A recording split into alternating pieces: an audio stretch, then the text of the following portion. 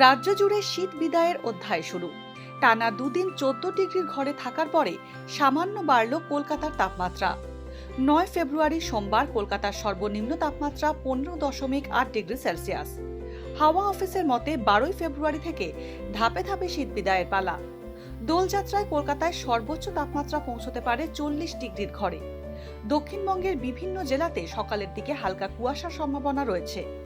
উপকূলবর্তী জেলাগুলিতে সর্বনিম্ন তাপমাত্রা থাকবে 13 থেকে 15 ডিগ্রি সেলসিয়াস। পশ্চিমের জেলাগুলিতে সর্বনিম্ন তাপমাত্রা থাকবে 11 থেকে 13 ডিগ্রি সেলসিয়াসের মধ্যে। আগামী 3 থেকে 4 দিন উত্তরবঙ্গের সমস্ত জেলায় ভোরের দিকে কুয়াশাচ্ছন্ন থাকবে। উত্তরবঙ্গে সর্বনিম্ন তাপমাত্রার বড় কোনো পরিবর্তনের ইঙ্গিত নেই। দার্জিলিং সহ পার্বত্য এলাকায় সর্বনিম্ন তাপমাত্রা থাকবে 5 থেকে 6 ডিগ্রি সেলসিয়াসের মধ্যে।